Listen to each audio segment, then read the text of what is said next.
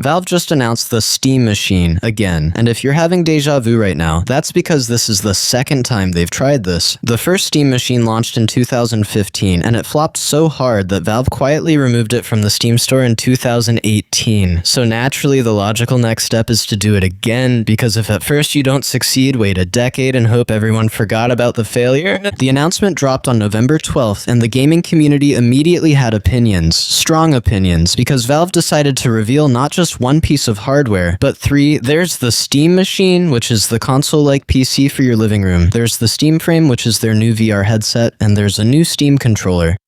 It's like Valve walked into the meeting and said, you know what gamers want? More hardware to buy. Let's give them three things at once. That'll definitely work. Now, the Steam Machine itself is this little cube. It's about 6 inches on each side. Looks kind of like if a GameCube went through an emo phase. It's black, it's cubical, and it has a magnetic front panel that you can swap out. Valve even showed off some custom designs like a wood grain panel and a Team Fortress 2 panel. They also had an e-ink panel that displays system stats in real time, but apparently it wasn't working during the demo, which is a fantastic sign. Nothing says confidence in your product like the fancy feature being broken during the press demonstration, but here's where it gets interesting. Valve is marketing this thing as a console that can play your entire Steam library in 4K at 60 frames per second. That sounds great. That sounds really compelling, actually, until you look at the specs, and then you realize that Valve is doing some very creative interpretations of what 4K 60 frames per second actually means. Let's talk about the hardware. The Steam Machine uses a semi-custom AMD Zen 4 CPU with 6 cores that can boost up to 4.8 GHz. That's actually pretty solid. The CPU is not the problem here. The problem is the GPU. Valve decided to go with a custom AMD RDNA 3 GPU with 28 compute units, clocked at 2.45 GHz with 8 GB of VRAM. And if those numbers don't mean anything to you, let me put it in perspective. This GPU is essentially 87.5% of an AMD Radeon RX 7600. The RX 7600 is a budget graphics card from 2023 that retails for around $250. It's an entry-level card designed for 1080p gaming, not 4K gaming 1080p. So when Valve says the Steam Machine can play games in 4K at 60 frames per second, what they actually mean is it can play games in 4K at 60 frames per second with FSR-enabled. FSR is AMD's upscaling technology. What that means in practice is the game is actually rendering at a lower resolution, like 1080p, and then the software is upscaling it to look like 4K.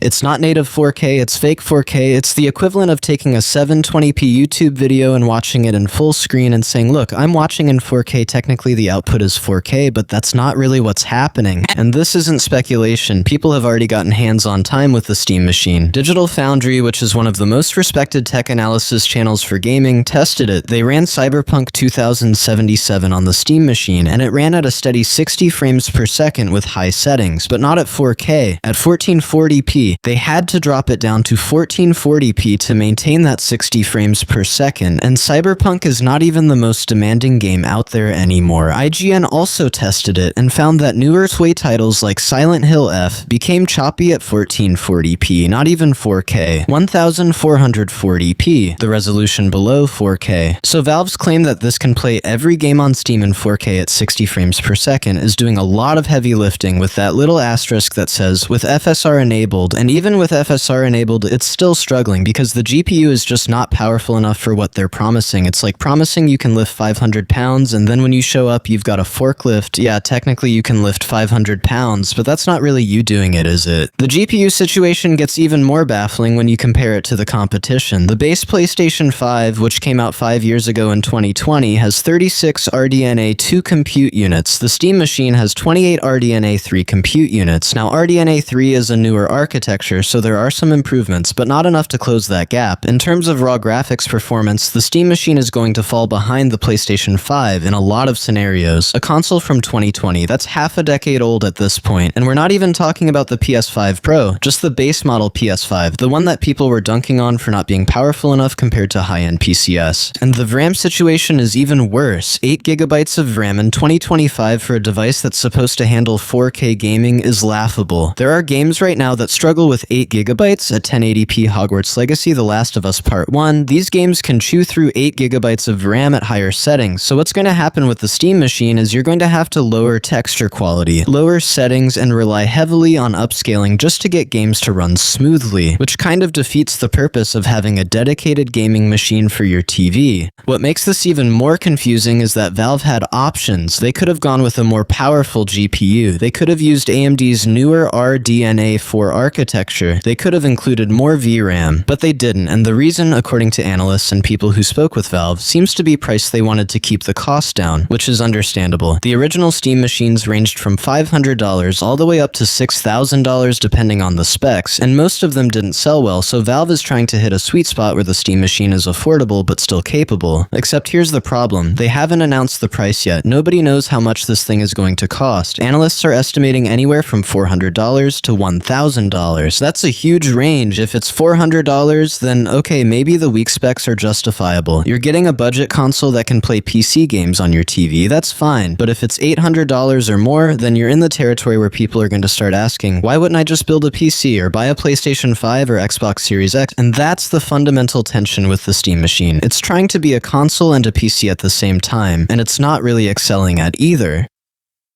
As a console, it's weaker than the competition from 5 years ago. As a PC, it's not upgradable and you're locked into whatever specs Valve ships. You can't swap out the GPU later when you want more power. You're stuck with what you get, so you're getting the worst of both worlds in some ways. Now, to be fair to Valve, there are some things working in the Steam machine's favor. It runs SteamOS, which is a Linux-based operating system that Valve has been refining since the Steam Deck launched, and one of the interesting things about SteamOS is that games can run up to 30% faster on it compared to Windows with the same hardware. That's because SteamOS is designed specifically for gaming. It's not bogged down with all the background processes and bloat that Windows has, so in theory, the Steam machine should punch above its weight class because of the software optimization. And the Steam Deck has proven that this approach can work. The Steam Deck uses older, weaker hardware, but because of SteamOS and Valve's optimization, it's able to run a huge library of games surprisingly well. So maybe, just maybe, Valve can pull off the same magic with the Steam machine. Maybe the combination of SteamOS, FSR upscaling, and smart optimization will make it a compelling device, despite the spec sheet looking underwhelming. But there's a big difference between the Steam Deck and the Steam machine. The Steam Deck is a handheld. People's expectations for handheld gaming are different. You're not expecting native 4K on a 7-inch screen. You're expecting decent performance in a portable form factor. The Steam machine is competing directly with home consoles and gaming PCs. People's expectations are higher. When you say 4K 60 frames per second, people expect native 4K 60 frames per second, not upscaled 1080p pretending to be 4K. And Valve knows this is a concern because they're already doing damage control. When Linus Tech Tips asked them about pricing, Valve said they couldn't discuss it due to rapidly evolving market conditions, which is corporate speak for, we don't know yet and we're trying to figure out what we can get away with. But they did say the Steam machine would be priced like a PC, not like a console. Consoles are typically sold at a loss or at very low margins because the companies make money on game sales and subscriptions. PCs don't have that luxury.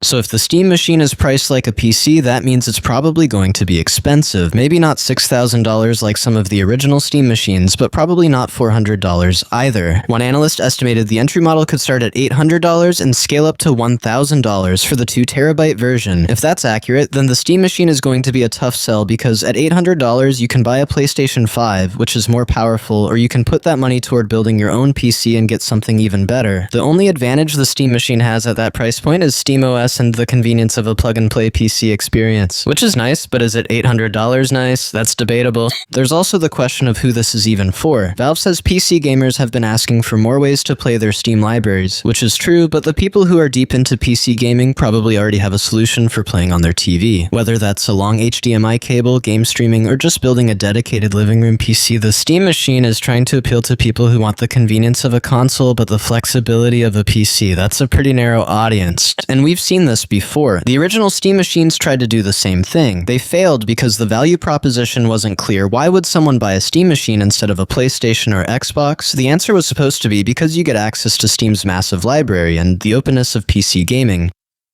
But in practice, most people just stuck with traditional consoles or their gaming PCs. The Steam machine didn't offer enough of an advantage to justify the purchase. Now, Valve has learned some lessons since 2015. The original Steam machines were made by different manufacturers with wildly different specs and prices. It was confusing. You had Alienware Steam machines, CyberPower PC Steam machines, all these different companies making their own versions. This time, Valve is making the Steam machine themselves. It's one device with consistent specs. That's better. It's easier to market, easier to support, and easier for consumers to understand. They've also had massive success with the Steam Deck, which proves that there's an appetite for Valve hardware running SteamOS. The Steam Deck sold really well. It created an entire market for handheld gaming PCs. Other companies like Asus and Lenovo started making their own Windows-based handhelds to compete, so Valve clearly knows how to make gaming hardware that people actually want. The question is whether they can translate that success from the handheld market to the living room console market, and honestly, the reception so far has been mixed. A lot of people are excited about the concept. The idea of a Steam console running SteamOS is appealing, but the specs are causing a lot of skepticism. Tech outlets are questioning whether Valve can actually deliver on the 4K 60 frames per second promise. Enthusiasts are pointing out that the GPU is already outdated and the lack of pricing information is making it hard to judge whether this is going to be a good value or not. Some people are defending Valve's choices. They point out that the median Steam user, according to Valve's own hardware survey, has a 6-core CPU and an entry-level GPU, so the Steam machine is actually targeting the majority of Steam's user base, not the high-end enthusiasts, and if Valve can price it competitively, it could be a solid option for people who want to play PC games but don't want to deal with building a PC or troubleshooting Windows. But there's a difference between what the median Steam user currently has and what they should expect from a new device launching in 2026 technology moves forward. A GPU that was entry-level in 2023 is going to feel even more entry-level by the time the Steam machine actually ships, and if you're spending hundreds of dollars on new hardware, you probably want something that's going to last more than a year or two before it starts struggling with new releases. There's also the concern about future-proofing. With a traditional console, you know it's going to be supported for several years. Developers optimize their games for the specific hardware. With the Steam machine, you're relying on PC game developers to make sure their games run well on the specific configuration, and PC games are notoriously inconsistent when it comes to optimization. Some games run great on modest hardware. Other games are poorly optimized messes that struggle even on high-end systems.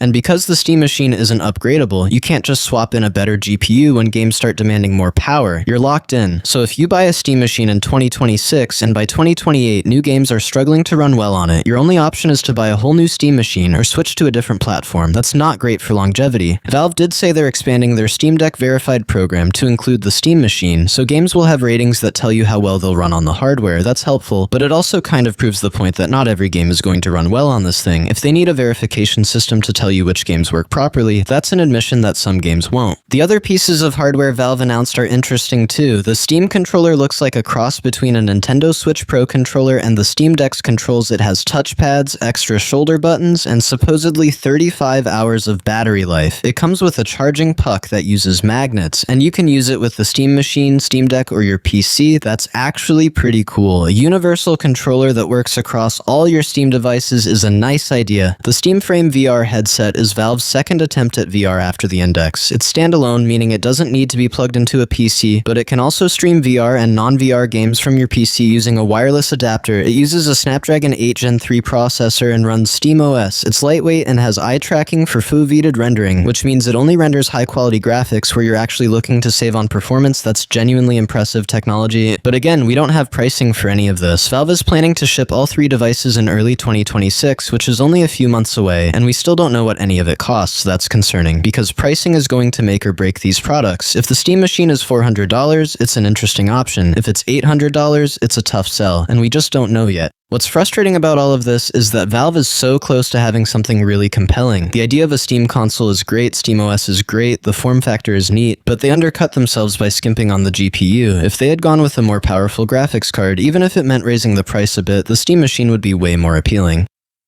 As it stands, it feels like they're trying to compete on price but haven't told us the price, and they're trying to compete on performance but the performance isn't there. It's possible that Valve is banking on SteamOS optimization and FSR improvements to carry the Steam machine. AMD is working on FSR 4, which is supposed to be a significant upgrade, and there are rumors about something called FSR Redstone. If those technologies can dramatically improve image quality and performance, then maybe the Steam machine's hardware will be sufficient, but that's a lot of ifs and maybes for a product launching in a few months. The gaming industry has changed a lot since 2015. PlayStation and Xbox are both putting their games on PC now. The walls around console exclusivity are crumbling, cloud gaming is becoming more viable, handheld PCs are a real market now thanks to the Steam Deck, so in some ways this is actually a better time for Valve to try a living room console again.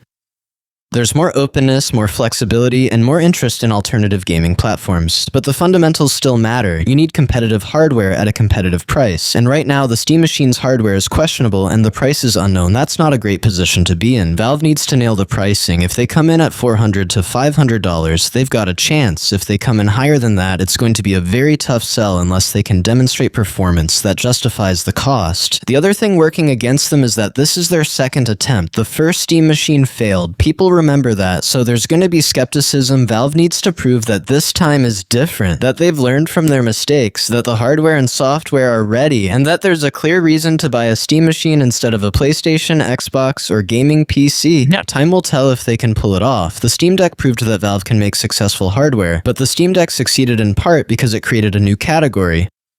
There wasn't really a good handheld gaming PC before the Steam Deck. The living room console space is crowded. PlayStation, Xbox, Nintendo, and gaming PCs are all competing for the same customers. Valve is late to the party and bringing hardware that's already looking outdated. But maybe that won't matter. Maybe the convenience of SteamOS, the integration with the Steam ecosystem, and a competitive price will be enough. Maybe people will look past the spec sheet and focus on the experience. Or maybe the Steam Machine will go the way of the original and quietly disappear a few years from now. We'll find out in early 2026 when it launches, assuming it actually launches on time and doesn't get delayed, which, given that some of their demo units weren't even working properly, is not a guarantee. But Valve is committed. They're making 3 pieces of hardware simultaneously. They're expanding SteamOS. They're building out an ecosystem, so they're clearly all in on this. Whether that confidence is justified or misguided remains to be seen. But one thing's for sure, the gaming community is going to be watching very closely when the Steam Machine finally hits the market, and if it stumbles, the comparisons to the original Steam Machine are going to be brutal. Valve is betting big here. Hopefully they know something we don't, because right now, from the outside looking in, this feels like a risky move with a lot of question marks. Anyway, that's about it. See ya.